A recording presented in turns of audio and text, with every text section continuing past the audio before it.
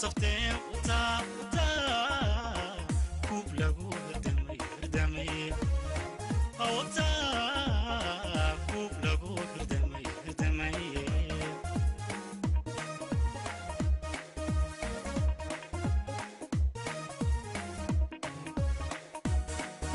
uta kub lagu tartamay uta kooxu safteen uta kub lagu hurdamay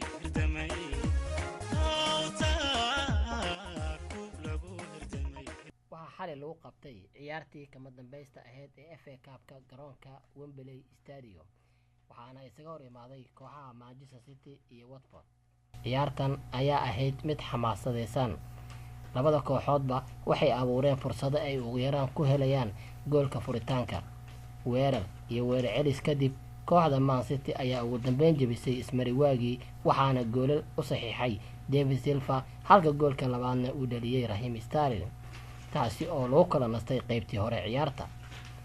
balse markii la soo laabtay qaybtii labaad goolal ay kala dhaliyeen Kevin De Bruyne, Gabriel Jesus, Raheem Sterling ayaa natiijada rasmiga ahayd ka dhigay 6-0 ay ku xaqday kooxda Watford.